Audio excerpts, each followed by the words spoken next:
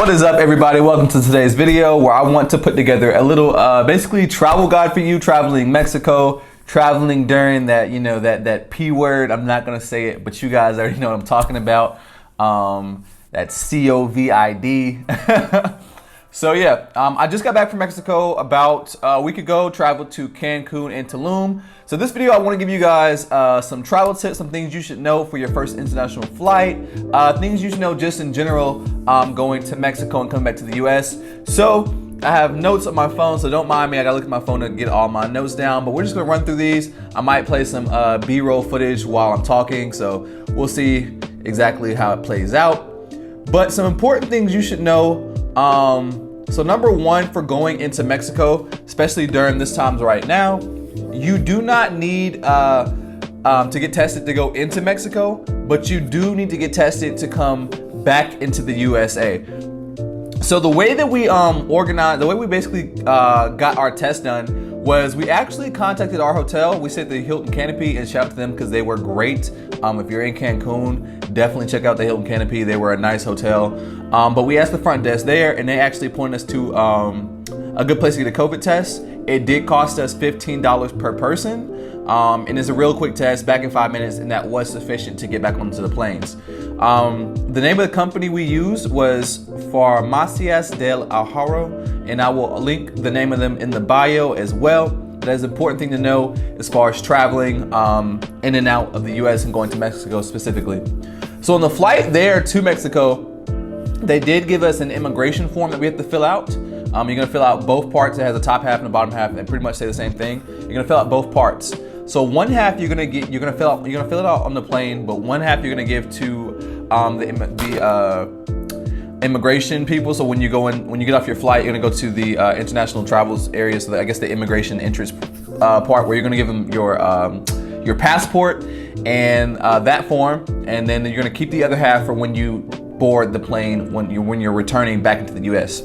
So I think that's a very important to remember. You also will be filling out health questionnaires on the way there and on the way back. And there's also one specifically for Mexico when you're leaving the Cancun airport, if that's what you fly into. So as far as paperwork goes, those are some important things to remember. But like I said, guys, so it's easy to get to Mexico, but just be careful while you're there to be wearing your mask and just being careful, because you don't want to go there and then catch the COVID and not be able to come back to the US or have to quarantine first.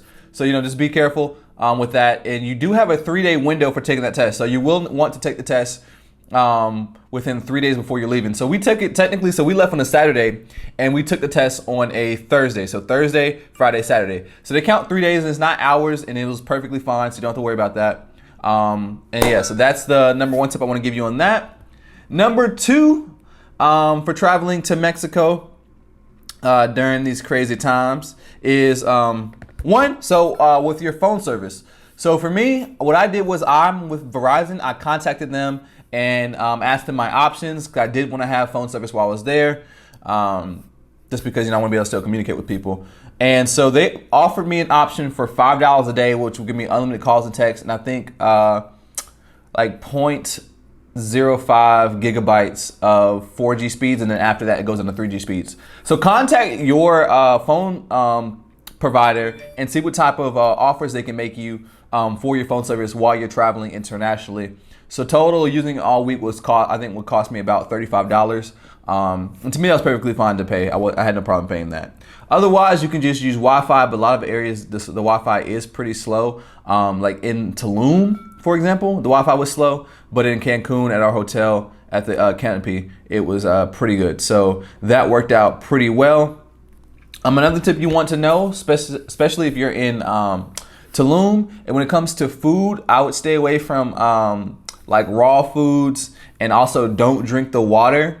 So when I say raw foods, like vegetables that are raw or fruits that are raw that don't have like thick coating, so like things like pineapple would be cool, like mango would be cool. The things that are already peeled and out, I would be careful, because just like the water carries a lot of bacteria that could potentially get you sick. So I would stay with cooked foods, and if you eat at food trucks or street carts, I would eat at places that have lines, just because most likely those are gonna be places that have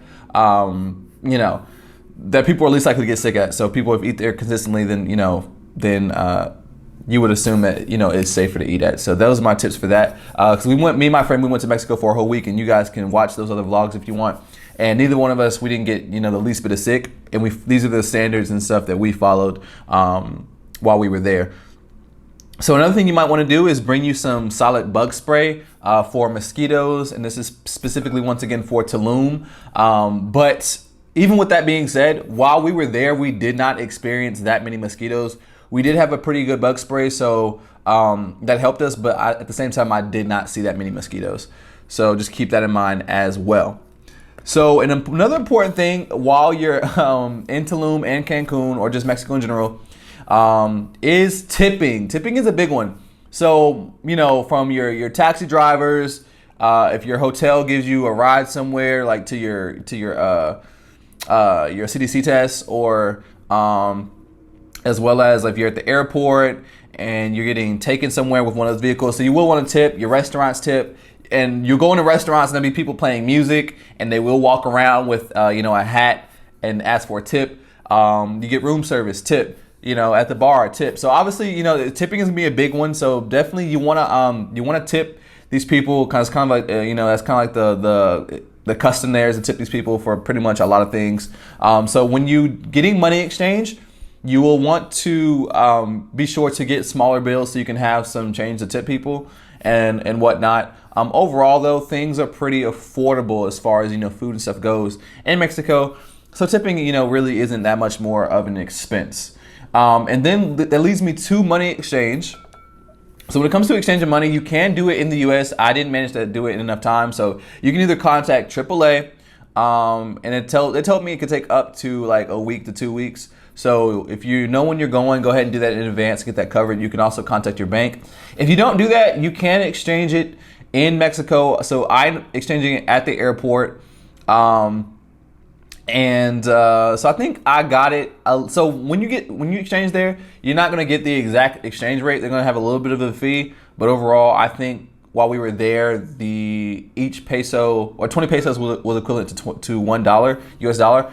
So I think we got an exchange rate of either 18.50 or 19 and some change. So obviously it wasn't quite $20, but there's, like I said, a little bit of fee. So if you don't get it done in the US, you can get it done right at the airport. Not a big deal.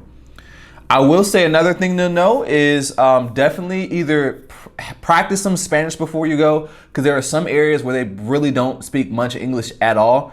So like we went snorkeling, and they were kind of giving a tour guide, and they were speaking completely in Spanish the whole time, and so I didn't understand any of it. Luckily, I had a friend who spoke a little bit of Spanish, enough to kind of like give me an idea what they were saying. But if not, if you don't really learn any Spanish, either go with somebody who does, or what you can do is use the Translate app in the iPhone if you have an iPhone, which I'm going to assume you have an iPhone. If you don't, your life must be miserable. And I'm only kidding. But you can use this Translate app. It's built right into your iPhone. So I'll give you guys a quick example. Hola. Hold up. Let me push the little button. Hola, ¿cómo está? Hello, how are you? So it can translate live. So if you're not understanding somebody, or you need to ask for a question or directions, you can literally just hold down the button and have them talk, and the app will translate it right there in front of you, and then you can talk into the app, and it will translate it into Spanish. And I'll give you an example of that. Hi, I'm looking for a taxi. Hola, estoy buscando un taxi. So definitely, if you don't know how to speak any Spanish, have that app with you. It will be very helpful, especially because, like I said, some areas we'll go to and they won't speak any English, and you won't have a clue what they're saying if you're not familiar with Spanish. So definitely keep that in mind. Another thing is you may want to notify your bank or credit cards before you go that you'll be internationally, so don't freeze your card. I did not have any problems with that, and I did not notify my bank or credit card companies before I left. So yeah, that wasn't a big deal at all. Another thing, so for specifically relating to Tulum travel, is that the ways you can get to Tulum is like a taxi or like a bus ride where you're riding with multiple people. I personally rented a car, and I rent through Avis. I'm a preferred member, and it only cost me $130 for the whole week to rent a car. And so I honestly prefer renting a car because I'm free to travel where I want to go, and do note though, if you're doing a car, driving there is a little bit like different. People drive there they drive pretty fast and basically just get out the way. Sometimes like the people like make up their own lanes and go around you and stuff. So just get out the way. People are like, driving crazy. And another thing is that you will want to remember or be mindful of in certain areas, specifically in Tulum, there aren't stop signs, or there are some, but there's not a lot of them. In specific areas. So you want to be careful too when you're driving that you might be looking for a stop sign if you're used to that in the US and you're driving past and especially at intersections that cars could be coming from other directions. So definitely drive a little bit slower and be very vigilant as you're driving, just so you keep yourself safe.